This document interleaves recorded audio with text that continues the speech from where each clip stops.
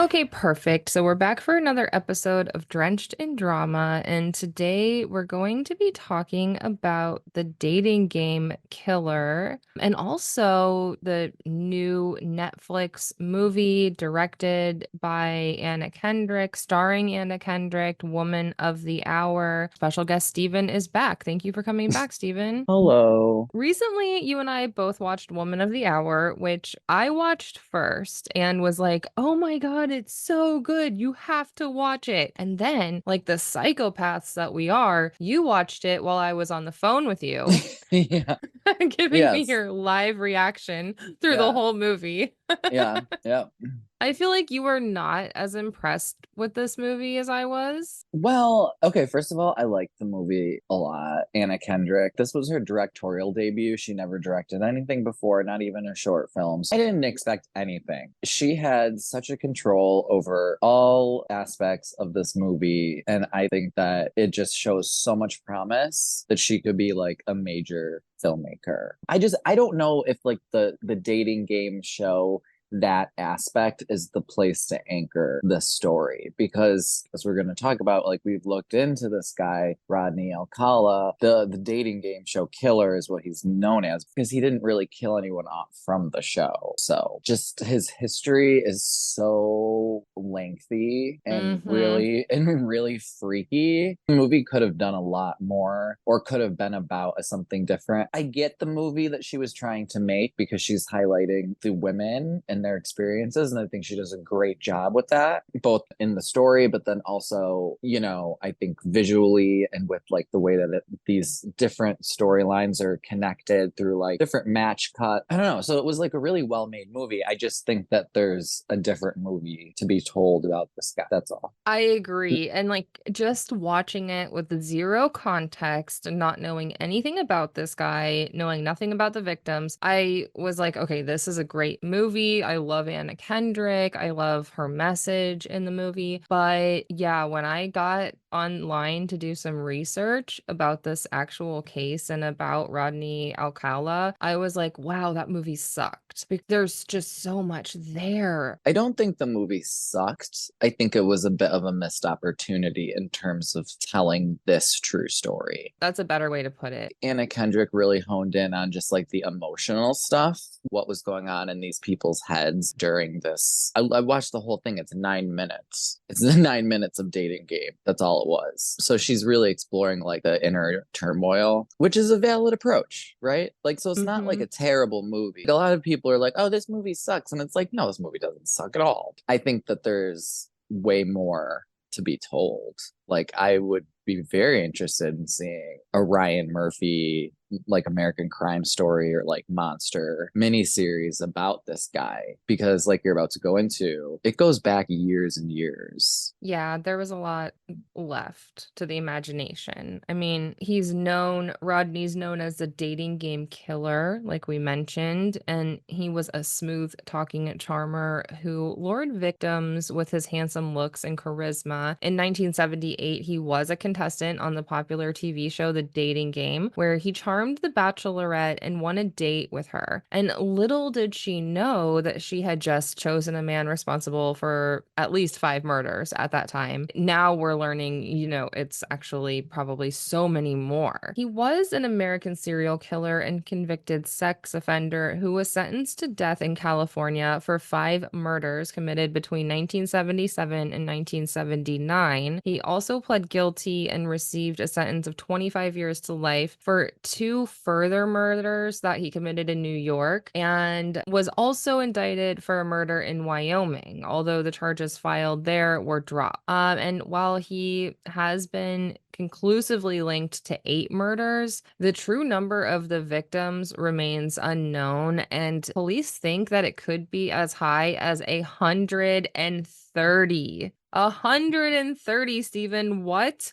Yeah, I know. The little bit I was looking into it, a lot of them were like little girls. I know. And Like he was like a child killer. He assaulted, harassed, and raped brutally. There's like women who survived him, right? And like yeah. and who are like victim of these scenarios. They'd kind of got this in the movie where it was like the killing, he would set a trap, right? Like he would entrap these women, but I don't think that he always planned on killing them. I think it was just like I think it was the escalation of the emotions and the events, because one lady who is one of the survivors, and she said how she was like 13 at like a house party in the 60s in LA, and he just like grabbed her and threw her into a room. And then there was like hooks on the door and he like put a metal bar on the door and like raped and attacked this girl. And then like one of their friends had to break through the window and got her out. But like the second he got caught, he was like, just take her. Just take her. So the lady was saying how when her friend broke through the window and then the other friends got through the door, and he was like, just take her, whatever, it's over, I don't care, which is like super bizarre. Like she runs away and like down the street, and her friends like stop her and they're like, you need to call the police. And she's like, no, not doing it, I can't put my parents through that. So then she goes to the friend's house, and eventually they, like somebody does call the cops, and the cops show up and they interview her, and she tells them Mhm. everything. And again, she's 13, but she goes, please don't tell anyone. So the cops don't file the police report, Oh my god. Yeah, and this is she California moves, in the and 70s. so then she, like a few weeks later, this was like her last night out with her friends in California before her family moved to New York. And so when she moves to New York a few weeks later, one of her friends sends her a letter in the mail with a newspaper clipping talking about how they caught this sex killer, whatever, and it was the picture of Rodney's face. And they're talking about this young, like a little girl that I think is what he got 2 years for, or whatever is what you're Mm-hmm. talking about, because he was like arrested. And she was like, oh my God, that is my fault. Like I should have reported it.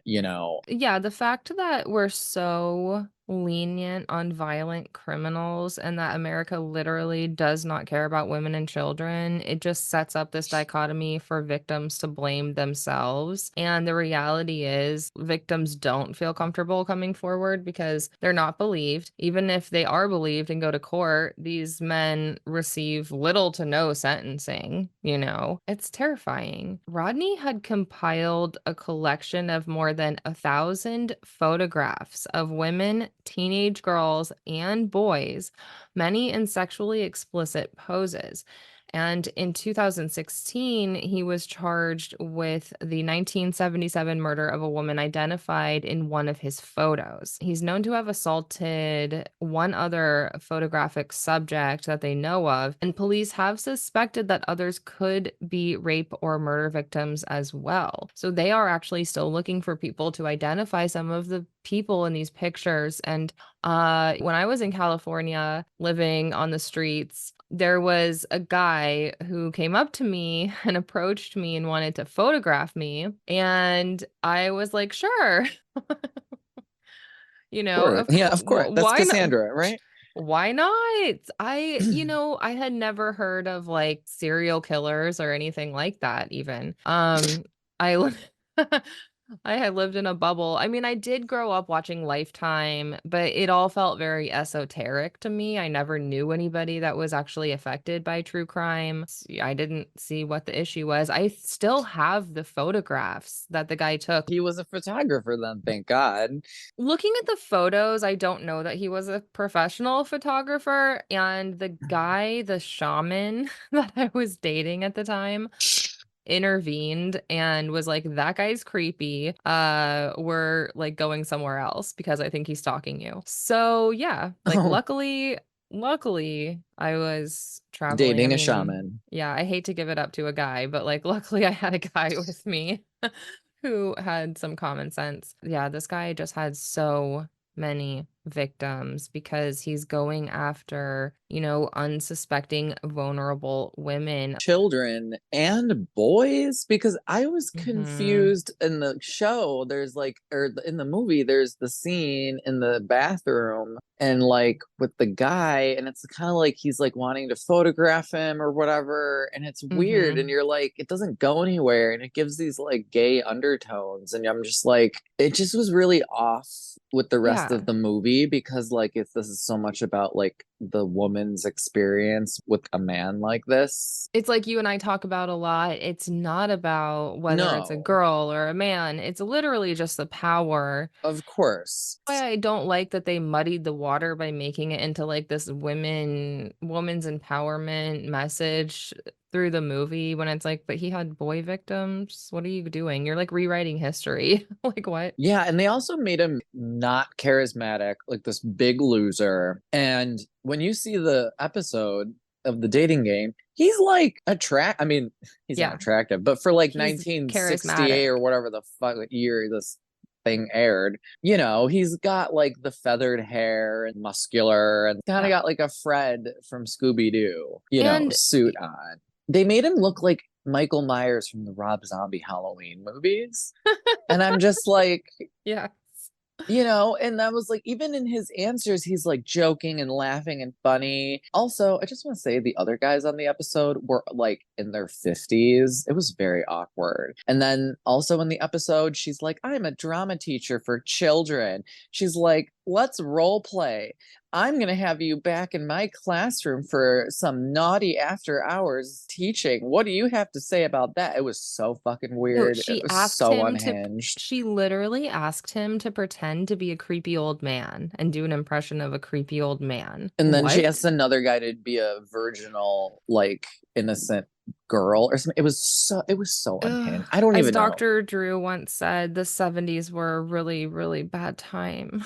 They introduced so the girl so Anna Kendrick plays Cheryl, the woman who's like getting the date on the show. And when Hmm. they introduce her, the host of the show says in real life, he said she got her start as doing foot massages, but then quit when her boss told her to move up in the company or like, move up like to his crotch, right? Like, you know what I mean? Like that's how he introduced her. And she was like, ha ha ha ha ha. Ha. And everyone's like, ha ha ha. It's so Rape at the fucking workplace. it's so fucking unhinged. It's like the dude does not need to be a serial killer for this segment to be creepy as fuck. And she's creepy. Like, no offense, lady, but she's like, I'm serving you for dinner. What are you? What do I call you? And then like Rodney, this fucking killer guy, is like a banana. It And was then weird. she's like, I love bananas. And then they're like, okay, who do you pick? She goes, I love bananas. So number one, and it was the killer. And it was so weird. It But, was but none weird. of that's in the movie. None of it. No, None and of it. they should have done a recreation of what happened in the real clip because the real clip is haunting. It And is. It's surreal. And like Anna Kendrick could have killed that. She could have worked so many levels to make that wacky lady work, but whatever. I think she was more interested in directing, which look, hell yeah, girl. Anna Kendrick is not the real villain here. Let's remember that No, if anything, she saved that movie. Alcala toyed with his victims, strangling them until they lost consciousness, then waiting until they revived, sometimes repeating this process several times before finally killing them. One police detective described Alcala as a killing machine, and others have, of course, compared him to Ted Bundy. He's often referred to as the dating game killer, as we mentioned, because he appeared on the dating game in 78 during the midst of his murder spree. He died of unspecified natural causes in prison in California in 2021. Why is California letting this guy live until 2021? That's the real question. Yes, What? right now, even though it was Mhm. 1978. He was academically gifted. He was popular and he attended various private schools during his youth. He graduated high school. He was on the yearbook planning committee. He even did track and cross country. And he joined the United States Army to become a paratrooper. So creepy. And during his service, it was noted by his commanding officer that he was manipulative, vindictive, and insubordinate. So like that would have been so interesting to see in the movie. And also there was several occasions of discipline for him assaulting young women while he was in the military. And in 1964, after what was described as a nervous breakdown, during which he went fully AWOL, he hitchhiked from Fort Bragg to North Carolina to his mother's house. and he was diagnosed with antisocial personality disorder. The military has estimated he has an IQ of 135. And look, he was discharged from the military on medical grounds. And of course, like other later on, while he's in court, he gets all these other diagnoses like narc personality disorder, borderline personality, malignant narc. I'm sure he's a part of the dark triad. After leaving the army, he graduates from UCLA School of Fine Arts and then later studies under Roman Polanski at NYU, which in the Wikipedia that says it's true. And I've read that other places, but then I've also read that there's no proof that he ever actually met Roman Polanski. So I'm not sure what to make of that. But you're the film nerd, so I want to hear what you think. Oh my gosh, I never heard that before. It doesn't surprise me. And I would say he most likely did not know him. I'm sure they had met like and shook hands or something at a party. Because I mean, if you watch something like Quentin Tarantino's Once Upon a Time in Hollywood, Hmm. there's those like the great party scene like at the Playboy Mansion where they kind of there's text on the screen that sort of points out all these different people, and a lot of them are like deep cuts of like like a producer or like an assistant, and it's like stuff like only if you knew like the lore you'd be like, oh, that's fun that those are all those people. So like I can see him if he was like just in that scene, like it was a very free love flowing big parties, like people would just come in. I mean, he was attractive for the time, he was charismatic, right? I mean, I can see him floating around in that scene for sure.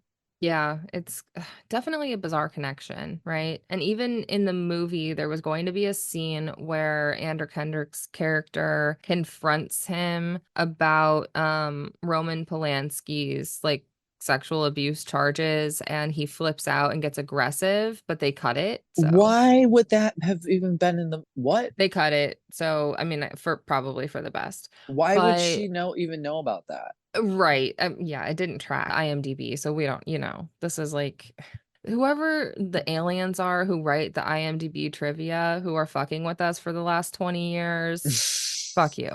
But like so on September 25th, 1968, when he attacks this 8-year-old girl, Shapiro, she's leaving Chateau Marmont with her family. I used to live right down the street from Chateau Marmont. Isn't it crazy? Like I thought it was crazy that it pops up in this story and she's on her way to school. He asks her to get in the car. She goes to his apartment with him. He brutally attacks her, and a witness actually sees him abduct her and follows him and then calls the police, and the police come and break into his apartment and rescue the little girl. But sadly, because they're like, she's in such bad condition, and they're caring for her, he escapes and then he flees to New York to evade the arrest. Basically, he's living in New York under a fake name, John Berger. Oh, He John, that's interesting. Tell me more about those thousands of pictures you took of me, John, and said that you were selling on the dark web and on OnlyFans. LOL, sex trafficking. Anyway, Tell me more about how everyone was weird is named John. I know. Just saying. Well, during that time, he started working for Blue Cross Blue Shield. He also worked in an office with the serial killer Riching Cottingham. How fucking weird is that? And neither man has claimed to have been aware of the other. Yeah, so he's another serial killer. He's an American serial killer who was convicted in New York of 6 murders committed between 72 and 80. The They call torso killer, is this the guy who just would leave torsos all around New York City?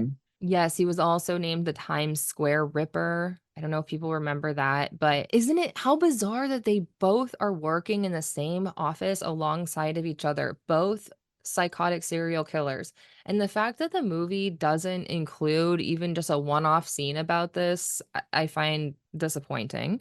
Yeah, I mean So the movie again, it's like it's frustrating because it's not about him. And but yet it goes out of its way to try to be in some way about him. You know, you go on these little like excursions to the mountains with him and the girl, and it's very like pretty, and you know, and then it gets all tense and weird, and then he attacks him and stuff. No, I want like a mini series. Like I know. I want I it know. from his point of view. Like, because the dating game is like just one episode of your, you know, 7 episode show. So the FBI added him to the list of the 10 most wanted fugitives in 71. And a few months later, two children attending an arts camp noticed his photo on an FBI poster at the post office. What's interesting about this is that he was a camp counselor at this Yes. camp. And Is it wasn't it an all it was both. Okay. these little boys, they are in town and it starts raining, so they run into the post office to keep dry, and they're just like looking at all the posters, and they're like, hey, wait a minute, that looks like John, our camp counselor. So they go back and they tell one of their lead camp counselors, and he's like, okay guys, don't say anything to anybody else, please, I'm gonna go check it out myself. And when he does check it out, he ends up calling the police. So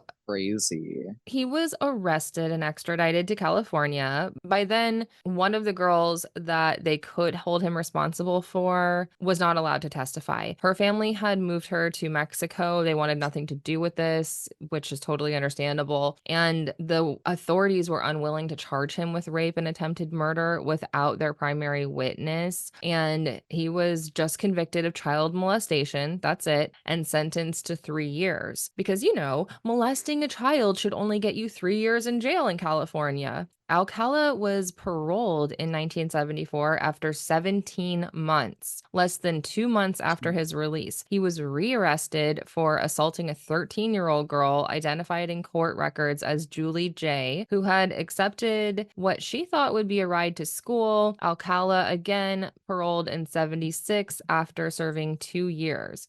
After She his accepted a ride to school. I mean, It was what the were we doing? 70s. What It were was we the doing? What 70s. were we doing? That was a little girl from the chateau, and she had a nanny. Like, this was a rich family. Like, this was in the 60s and 70s, everybody hitchhiked. Like, it wasn't a big deal. No, I know, but like we were stupid.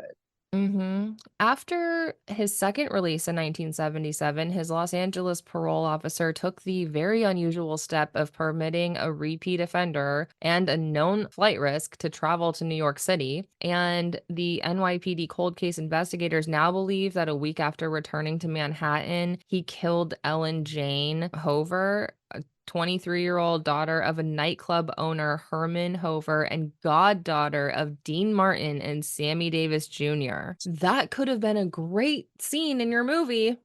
Like, what? The lore. Her date book showed that she had an appointment to meet with one John Berger the same day that she died. Later in 1977, a tip to the FBI was made about how he had been arrested by the police a few years previously for the Shapiro case in New Hampshire. He admitted to knowing Hover under questioning, but investigators could not arrest him since they hadn't found her body yet, and her remains were eventually discovered buried under heavy rocks on a hillside overlooking the Hudson River, near a location on the John D. Rockefeller estate, where an aspiring model would later report that Berger had taken photos of her. Like, there's just so much you could have used. Okay.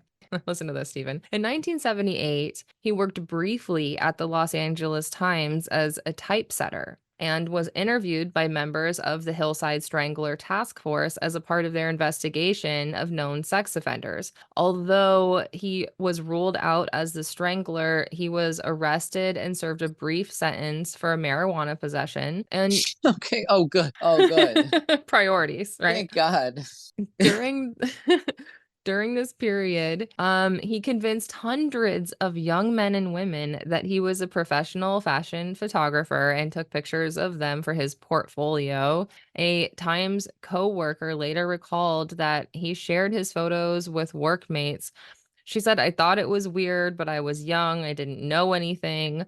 When I asked why he took the photos, he said their moms asked him to. I remember the girls were naked. Great. Most of the photos were sexually explicit. And, police fear that some of these subjects may be additional cold case victims. which is sad. But yeah, the movie does basically center around the dating game appearance in 1978. And so by the time we're seeing him on the dating game, he has already probably murdered dozens of people. Well, yeah, he'd been to jail and back, and to the Hmm. army and back, and then to the art school and back, and then to the freaking, my God, what could this guy not do? There is a whole list of his California crime spree. It would take a long time to get through it. And he was arrested in 79 and held without bail. He went on trial for murder. He was found guilty in 1980 and sentenced to death in June. However, the verdict was overturned by the California Supreme Court in 84 because jurors had been improperly informed of his prior sex crimes. There was just all kinds of problems with his court case. He had to be tried twice. I was gonna say, it seems like there's a lot of tomfoolery going on with these cases. I could imagine that a lot of this hung on witness testimony, and Mhm. those Mhm. witnesses are women and children, Because you're just on the right? verge of DNA, you know? Yeah. You thought it couldn't get crazier, Steven? Listen to this. For the third trial, he elected to act as his own attorney. He took the stand in his own defense for 5 hours, played the roles of both interrogator and witness, asking himself questions and addressing himself as Mr. Alcala in a deeper than normal voice, followed by answering them. During the self questioning and answering session, he told jurors, often in a rambling monotone, that he was at Knott's Berry Farm applying for a job as a photographer at the time someone was kidnapped. Okay, which side note, who else? NT lawyer John Nelson sent me a ton of pictures he took at Knott's Berry Farm of little girls in cheerleading outfits. Do y'all remember that? Weird connection. Anyway, he also showed the jury a portion of his 1978 appearance on the dating game. He didn't really make an attempt to dispute the four added charges of murders. He just said that he didn't remember murdering them. And as a part of his closing argument, he played the Arlo Guthrie song Alice's Restaurant, in which the I know. This is I kind of know. iconic. What is I he doing? know. He's What? talking to himself and then he's like, "Hold on, Okay, I also have Ryan a song." Murphy, you gotta make this into a show, man. Like, Right. this is the next thing. You And can't make this fucking shit up. I know. And in Alice's restaurant, the protagonist tells a psychiatrist that he wants to kill after less than, and that's why, like, they shouldn't send him, I don't know, to war because he's like gonna go crazy. So after less than 2 days, the jury convicted him on all five counts of first degree murder. A surprise witness during the penalty phase of the trial was Shapiro, one of the young girl that Hmm. he brutalized, and So he just died then, right? he literally just died recently, which, it's disturbing that they don't just kill these people. Well, Um, I don't know. I don't think our like a government should be able to kill any of its citizens ever. I think like what's worse is like putting that man in solitary confinement with like no window for the rest of his life and like I'm a fan of Old have Sparky fun in hell. or I Firing Squad. because like I don't know, man, like I want them to sit and wallow in their shit for like 10 years. Yeah, but people like that, they create their own reality in their mind. There's no hell for them on Earth. You know what I mean? They're I always don't winning. That's what's so scary about them.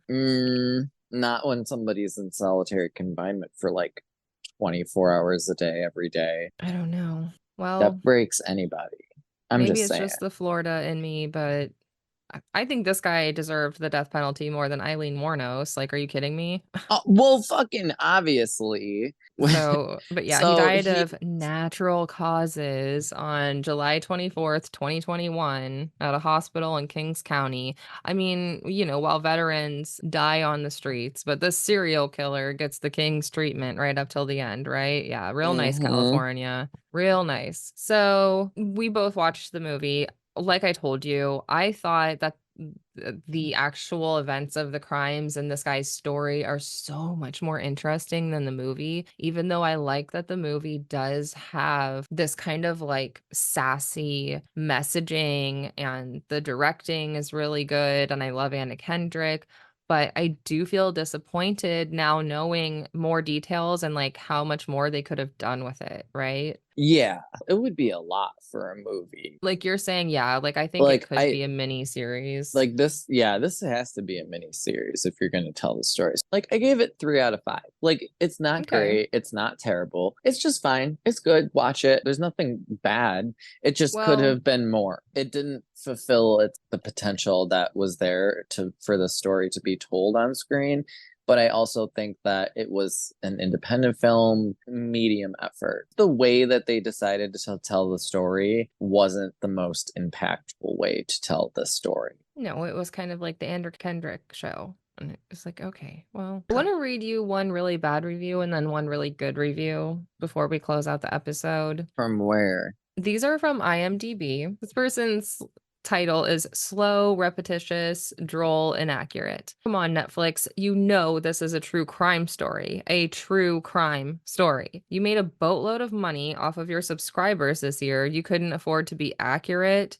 Or were you too busy wiping the stardust from your eyes in awe of your director slash lead, who you let get away with defiling the truth about a truly horrific story and man? Were you that cheap that you could not afford the theme song for a show 46 years ago? Really? Is anyone even still alive that would interfere with the rights of the snappy little tune? You used the set, but not the famous, well known theme song? Lazy filmmaking at its worst. Jim Lang deserved the credit since he was the host, not some fictitious jerk in horrid, barely stuck on sideburns. Ron Alcala was Bachelor number 1, not 3. Did anyone not watch the real show? It's everywhere and not difficult to find. If you call it the dating game, since that part was true, why not be factual and accurate with the rest? They never went out. Alcala gave Cheryl Bradshaw the creeps and they never went out for a drink or anywhere. Why make that up? You know, true crime fans are going to check you on that. Is it that you just don't care about the truth? That seems to be the theme running through society these days. It is quite disappointing. Cheryl Bradshaw, the potential victim, was an over the top drama junkie on that show, not a buttoned up prude who had a chip on her shoulder. She actually looked like she was having a great time on the show. Of course, she was acting. The true dating game saw the likes of Farrah Fawcett, Lee Majors, Susan Stassberg, Sally Field, Tom Selleck, Veronica Cartwright. List is a mile long. It seemed to be the show where agents sent their new, young, and gorgeous clients who were right off the bus. The guests were there to try to be seen and to make something of themselves. They did want to be seen because their agents wanted them to be seen. Instead, Anna Kendrick took this time to be her oh so predictable, I am the smartest one in the room, fast talking, more witty than all of you put together bullshit. It's tired, we've seen it. And the giggly girl from every single one of her other films is tired too. We've seen that. The same girl who 1 minute is staring down a serial killer, great tension in that scene in the parking lot, though, of course, it did not happen.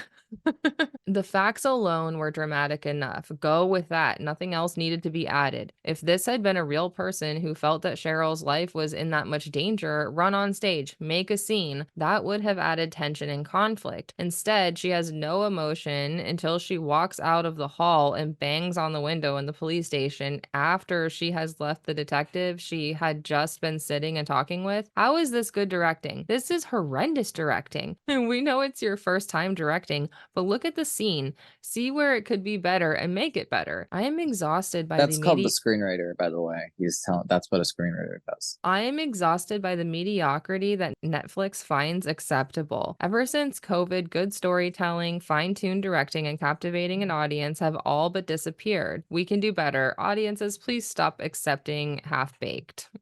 Okay, for I have a lot of problems with this review. First of all, Netflix didn't make this movie. It was an independent film that they made on their own, and it was like shown at festivals, and Netflix bought it and acquired it. So they had nothing to do with the making of it. And directing is not what this guy is talking about. Directing is so much more. And I think Anna Kendrick did a phenomenal job as the director, where you have to take the scene that's on the page and think about how you want to visualize it and where the camera's going to go, where the actor's going to go, how, and she always keeps the camera moving. It's never stagnant. There's a lot of dynamic directing going on. So I Yes. disagree with all of that. I also think it's just like not helpful to attack Anna Kendrick for the person that she just is. Like I get that like her performance style isn't for everybody, but like I don't know. I'm not a fan of like attacking women for just being who they are. And I also have to say that if you're gonna tell the story and you want to put a business hat on and you're thinking, how do I tell this story and get people to watch this movie, right? Like, how do you get people to want to tune in? Well, obviously, the most salacious part of this whole story is the dating game show aspect. That's why he's called the dating game show killer, even though he's didn't kill anyone from the dating game. So, I think that like just from like if you're gonna make this movie, you like it's like a prerequisite that like it has to be centered around the dating game show because that's the most salacious, like entertaining, wild sort of thing that people know. And then it's like, okay, well, so then like if we do that, then we have to automatically not go into all these other things because we have to keep it focused on this, and then it immediately like shrinks this very long decades worth of story into this like tiny package. And Anna Kendrick as a director did everything she could to make this story like as big as possible, even though it's still super super super small. And I think that it just kind of it comes down to like, well, if you're going to tell the story, it's got to be about the dating game because no one's going to give a shit if it's not that. So, and I think and the writer of this movie was a man. I have to say, he was a man. So I don't know if that was maybe where some of the like the making it all up comes from, so to speak, because I think maybe the filmmakers were more interested in what was going on inside everyone's heads. That's a lot of the movie is a lot of flashbacks, stuff like that. So I don't know. I think there just kind of had to be an artistic license taken to be able to commit to making it into a film. Because if this was a mini series, like I had said, the dating game aspect would just be one of many episodes in the show. Like it would be like an episode 5 kind of thing. I don't mind composite characters when it comes to like telling a true story if you do a good job at depicting like the emotional tenor of like what's going on. Sometimes like stories are just so complicated and there's so many individual players and so many of them are not recurring that it's like, how do like I don't know, this movie could have been a mess. I think if they didn't keep it small, because it's like what would be better, half-assing the truth and only putting in bits and pieces of it, or taking the truth and then sort of making an impression out of it and turning that impression into like an artistic film. I think that's what the intention was, but I don't know. I just think that we've never seen this on screen before, so I think this was the only way it was going to happen. I think it opens the door now to somebody like Ryan Murphy to swoop in and take this, a season of American Crime Story or Monster. Yeah. Yeah, and I agree with you. And it was punchy. There was an overall messaging of like women empowerment, even though it didn't stick to the facts. And I think those are the kind of things that like you have to decide when condensing the story. It's like, what are we really trying to highlight here? It is what it is. If you want the absolute facts presented, then watch a documentary, I guess. I don't know. I mean, I just see it more of as like a missed opportunity. But then again, I'm also like, I don't know how much audiences would have enjoyed spending 2 hours of a movie with just Rodney and his killing people, right? Like I don't know if that's what people would have wanted to see. But I think Yeah, in a like longer format they would totally eat it up because you can digest it, right? You can have a 45-minute episode with only a couple minutes of violence, right? Where like if you were to cram all this into a 2-hour movie, it would be like a funeral drudge of him just constantly Mhm. like killing children. And It but would be in a lot. terms Yeah, I but don't in know how you terms could. of like the dating show game aspects that were missing, like how he was saying, like Bachelor number one and number three, I that was bizarre. I don't know how they didn't do that, but I could imagine. I think it was NBC that aired this. I don't remember what channel aired the dating game, but I can imagine them being like, no, we're not letting you use our shit. We want to forget about that. Like, you're not, like, of course, you're not going to get our fucking theme song. And no, you can't use the host's name or likeness because I'm sure there's all this like old legal paperwork where they're like, we're never going to talk about this. This has to be erased from the history books of our company. Can imagine that like they're like we can't have this associated with our brand. And another thing I wanted to say about him constantly getting off and like going to jail and then getting out is that like I'm sure there was some like tomfoolery with the lawyers and the fact that apparently this guy was really good at disposing of bodies Mhm. because they would only find like one piece or some like and it's just I can imagine like a defense attorney being like, "That's not a full body, so no body, no crime," or something like that. And then and he's a man and can say like, "Well, the girl asked me to go into the room, and so I went into the room, and things got heated, and I just like." And they're like, we understand, son, we understand. You just rape girls sometimes, we get it. And then they just let him go. You know what I mean? Yes. I think that's how he was getting in and out of all of this. A lot of the reviews I read are bad, but there's a lot of good ones too. Like, this is a 9 out of 10 review. It says subtle and creepy in a good way. I was really impressed by the film and I had my reservations going into it. Why are women, me included, obsessed with true crime, particularly of the serial killer nature? And why do we continue to subject ourselves to the torment and angst of what is realistically not the only way vast majority of women are killed by men? I'll hazard a guess that it's because stranger danger is more palatable than the truth. That said, the portrayal of the women and their reactions once they realize what is about to happen is spot on. We've all had to smile and apologize for someone else's behavior when they're the ones who have misread a situation, out of preservation and fear of what might come next if we don't comply. There's quite a Mm-hmm. That's there's what the movie's about. yeah, there's quite a bit of poo-pooing in the reviews about accuracy and the imposition of modern values on a dated event. Well, guess what? It's 2024 and we need to put things into context for viewers today. Anna Kendrick and all involved did a stellar job. This is quite subtle, not gratuitous, and puts the women at the heart of the story. Yeah, I totally agree. I think that that's exactly what she was trying to do with the movie. Mm. I think she was like, how do we, like, what's the common ground here? Like, what's the thing that people could watch this movie and like relate to and not be like so turned off because this guy was actually like a child killer, really? Like, he was like, he killed children and Right, like what kind rape. of You know what I mean? how do you get So, some kind of messaging across? And I think that the clear messaging for me, like as a woman, when I watched it, was just like, even though this scene is fabricated with her in the parking lot telling him to like fuck off and she's not going mm-hmm, anywhere with him, this mm-hmm. is Andra Kendrick telling you, like, tell the man to fuck off and run.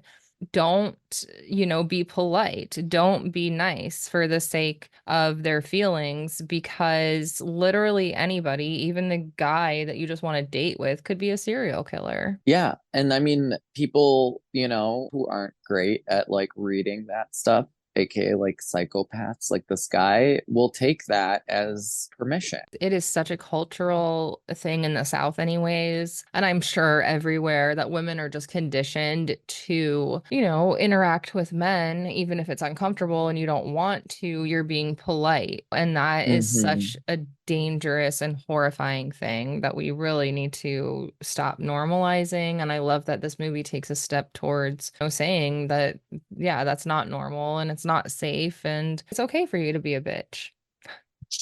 I mean, yeah. I mean, I think that's right. I don't know, Steven, at the end of the day, the impact of the dating game killer movie on women or woman of the hour, whatever you want to call it. I guess we can call it the There's, title. we can Uh, call it Woman of the Hour. Yes. Sure. It's profound and it's multifaceted and it's evoking empathy and compassion and it's promoting awareness and vigilance. This film has sparked a crucial conversation and shed light on some dark realities of violence and through its portrayal of the victims. And I think it inspires women to look at their relationship to men, our behaviors with men, and promote people to prioritize their safety and well-being in these like little day-to-day interactions. Ultimately, the movie it kind of serves as a reminder of the strength and resilience of women, and I think that's something so important that Anna Kendrick brought with her perspective. And typically when I consume true crime movies, I don't come away with that type of messaging or any type of messaging just beyond the brutality of it. And so I think Mhm. that the fact that this movie has an impact at all is a win. And just remember, you guys, to stay safe and stay vigilant because even though we're more likely to be killed by our husbands than a serial killer, Other men can still attack. right? And I think this movie, that's what I do think this movie did such a great job of creating those scenes of like awkwardness that women are in on a daily basis. I think, and it did it in a little bit of a different way that I've never seen before, and it gave me a little bit of a different perspective, on how God, it's just exhausting being a woman. Like I am so sorry for you. I'm glad that we did an unhinged watch of this movie over the phone. I wouldn't have it any other way. And we'll be back next week, and Tiffany will be back for that one. Until then, we will talk to you guys again soon. Later. Bye.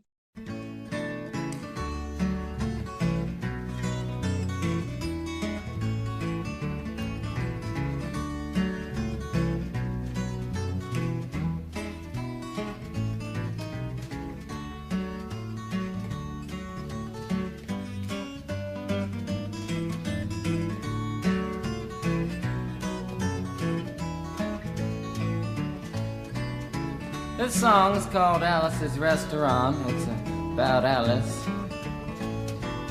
and the restaurant.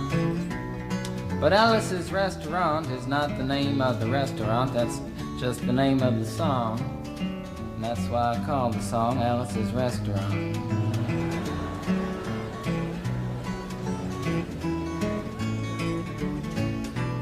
You can get anything you want at Alice's Restaurant. You can get anything you want at Alice's Restaurant. Walk right in, it's around the back, just a half a mile from the railroad track. And you can get anything you want at Alice's Restaurant. Now it all started 2 Thanksgivings ago. It was on 2 years ago on Thanksgiving when my friend and I went up to visit Alice at the restaurant. But Alice doesn't live in the restaurant. She lives in the church nearby the restaurant in the bell tower with her husband Ray and Facha the dog. And living in the bell tower like that, they got a lot of room downstairs where the pews used to be. And having all that room, seeing as how they took out all the pews, they decided that they didn't have to take out their garbage for a long time. We got up there, we found all the garbage in there, and we decided it'd be a friendly gesture for us to take the garbage down to the city dump. So we took the half a ton of garbage, put it in the back of a red VW microbus, took shovels and rakes and implements of destruction, and headed on toward the city dump. Well, we got there, and there's a big sign and a chain across the dump saying closed on Thanksgiving, and we had never heard of a dump closed on Thanksgiving before, and with tears in our eyes, we drove off into the sunset looking for another place to put the garbage. We didn't find one till we came to a side road, and off the side of the side road was another 15-foot cliff, and at the bottom of the cliff was another pile of garbage. And we decided that one big pile was better than 2 little piles, and rather than bring that one up, we decided to throw ours down. That's what we did. Drove back to the church, had a Thanksgiving dinner that couldn't be beat, went to sleep and didn't get up until the next morning when we got a phone call from Officer Obie. He said, "Kid, we found your name on an envelope at the bottom of a half a ton of garbage and just wanted to know if you had any information about it." And I said, "Yes, sir, Officer Obie, I cannot tell a lie. I put that envelope under that garbage." After speaking to Obie for about 45 minutes on the telephone, we finally arrived at the truth of the matter and said that we had to go down and pick up the garbage and also had to go down and speak to him at the police officer station. So we got in the red VW microbus with the shovels and rakes and implements of destruction and headed on toward the police officer station. Now, friends, there was only one or two things that Obie could have done at the police station, and the first was that he could have given us a medal for being so brave and honest on the telephone, which wasn't very likely and we didn't expect it. Another thing was that he could have bawled us out and told us never to be seen driving garbage around the vicinity again, which is what we expected. But when we got to the police officer station, there was a third possibility that we hadn't even counted upon, and we was both immediately arrested, handcuffed. And I said, "Obie, I don't think I can pick up the garbage with these handcuffs on." He said, "Shut up, kid. Get in the back of the patrol car," and that's what we did, and sat in the back of the patrol car and drove to the, quote, "scene of the crime," unquote. I want to tell you about the town of Stockbridge, Massachusetts, where this happened. Here they got 3 stop signs, 2 police officers and 1 police car, but when we got to the scene of the crime, there was 5 police officers and 3 police cars, being the biggest crime of the last 50 years, and everybody wanted to get in the newspaper story about it. And they was using up all kinds of cop equipment that they had hanging around the police officer station. They was taking plaster, tire track, footprints, dog-smelling prints, and they took 27 8x10 color glossy photographs with circles and arrows and a paragraph on the back of each one explaining what each one was to be used as evidence against us. Took pictures of the approach, the getaway, the northwest corner, the southwest corner, and that's not to mention the aerial photography.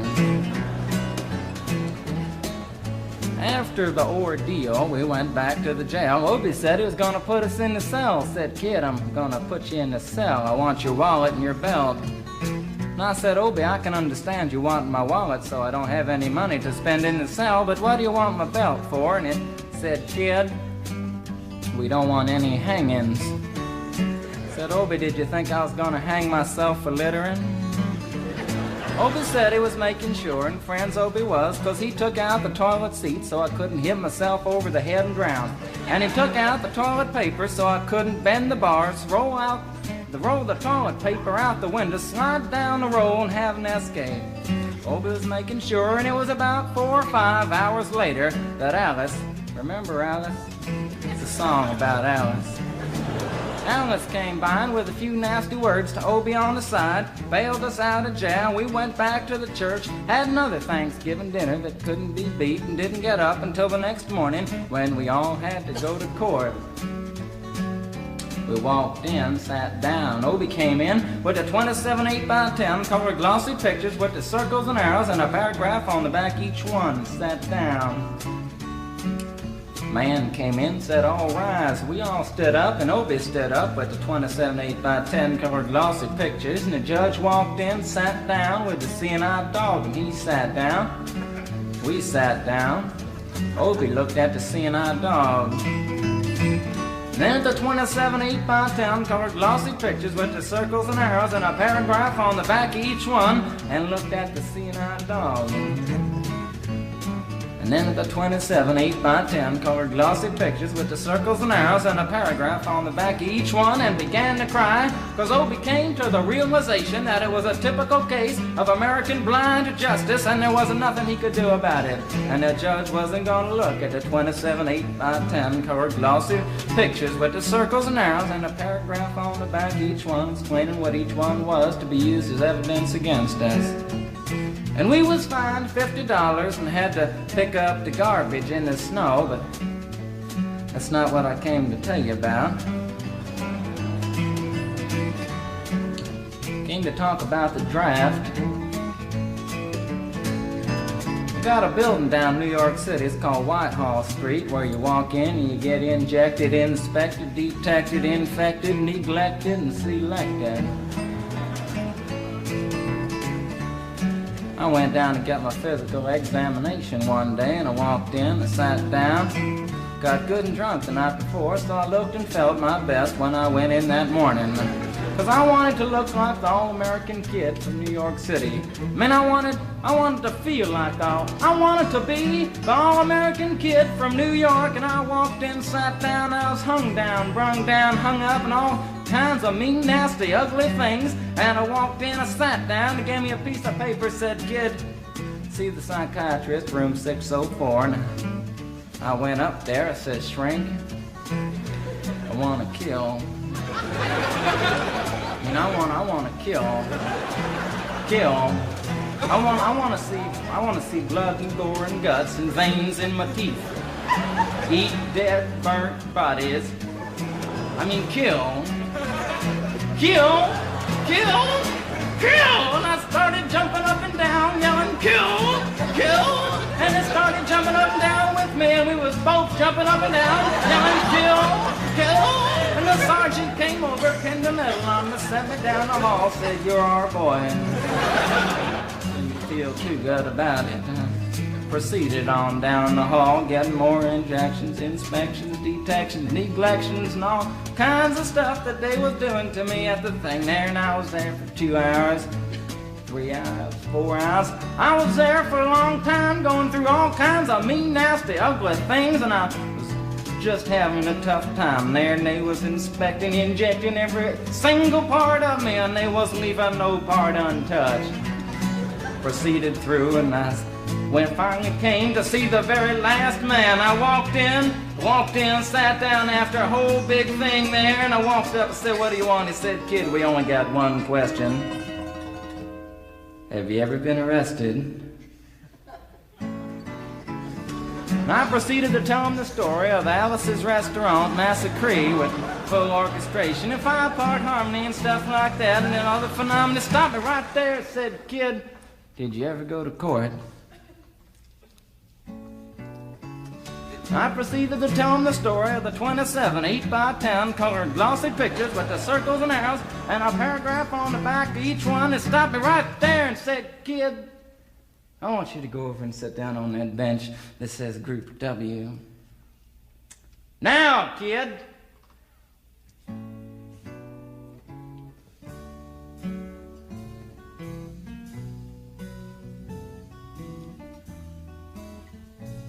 And I walked over to the bench there, and there's Group W is where they put you if you may not be moral enough to join the army after committing your special crime. And there was all kinds of mean, nasty, ugly-looking people on the bench there. There's mother rapers, father stabbers, father rapers sitting right there on the bench next to me, and it was mean and nasty and ugly and horrible and crime-fighting guys are sitting there on the bench. And the meanest, ugliest, nastiest one, the meanest father raper of them all, was coming over to me, and he was mean and ugly and nasty and horrible and all kinds of things. And he sat down next to me and said, "Kid, what'd you get?" I said, "I didn't get nothing. I had to pay $50 and pick up the garbage." He said, "What were you arrested for, kid?" And I said, "Littering." And they all moved away from me on the bench there to carry eyeball and all kinds of mean, nasty things, till I said, "And creating a nuisance," and they all came back, shook my hand, and we had a great time on the bench talking about crime, mother stabbing, father raping, all kinds of groovy things that we was talking about on the bench. And everything was fine. We were smoking cigarettes and all kinds of things until the sergeant came over, had some paper in his hand, held it up and said, "Kids, this piece of paper's got 47 words, 37 sentences, 58 words. We want to know details of the crime, time, the crime, and that kind of thing. You got to say, pertaining to it about the crime. Want to know the rest of the officer's name, and that kind of thing. You got to say and talk 45 minutes and nobody understood a word that he said, but we had fun filling out the forms and playing with the pencils on the bench there. And I filled out the massacre with the 4-part harmony and wrote it down there just like it was, and everything was fine, and I put down a pencil and I turned over the piece of paper, and there on the other side, in the middle of the other side, away from everything else on the other side, in parentheses, capital letters, quotated, read the following words. Kid, you rehabilitated yourself. I went over to the sergeant and said, Sergeant, you've got a lot of damn gall to ask me if I've rehabilitated myself. I'm sitting here on a bench. I'm sitting here on the Group W bench. 'Cause you want to know if I'm moral enough to join the army, burn women, kids, houses, and villages after being a litter bug. He looked at me and said, Kid, you don't like your kind. And we're gonna send your fingerprints off to Washington, and friends, somewhere in Washington, enshrined in some little folders, a study in black and white of my fingerprints. And the only reason I'm singing you the song now is because you may know somebody in a similar situation. Or you may be in a similar situation, and if you're in a situation like that, there's only one thing you can do, is walk into the shrink wherever you are. Just walk in and say, shrink. You can get anything you want at Alice's restaurant and walk out. You know, if just one person does it, they may think he's really sick and they won't take him.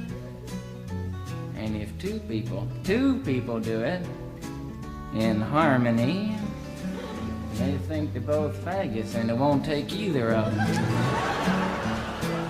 And if 3 people do it, can you imagine 3 people walking in, singing a bar, Alice's restaurant, and walking out? They may think it's an organization. And can you imagine 50 people a day? I said 50 people a day walking in, singing a bar, Alice's restaurant, and walking out. And friends, they may think it's a movement. And that's what it is. The Alice's Restaurant Anti-Massacre Movement. And all you gotta do to join is to sing it the next time it comes around on the guitar. With feeling. So we'll wait till it comes around on the guitar here. Sing it when it does.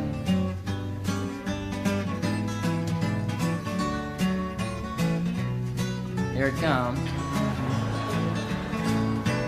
You can get anything you want at Alice's restaurant. You can get anything you want at Alice's restaurant. Walk right in, it's around the back, just a half a mile from the railroad track. And you can get anything you want at Alice's restaurant. That was horrible. If you want to end war and stuff, you gotta sing loud. You could put a lot. I've been singing the song now for 25 minutes. I could sing it for another 25 minutes. I'm not proud or tired.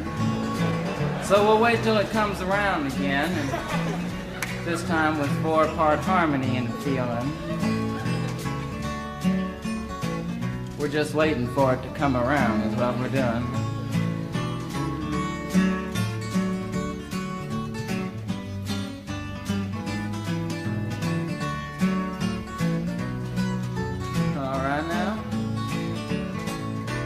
You can get anything you want at Alice's restaurant. Excepting Alice, you can get anything you want at Alice's restaurant. So walk right in, it's around the back, just a half a mile from the railroad track. And you can get anything you want at Alice's restaurant. Da da da da da da da. At Alice's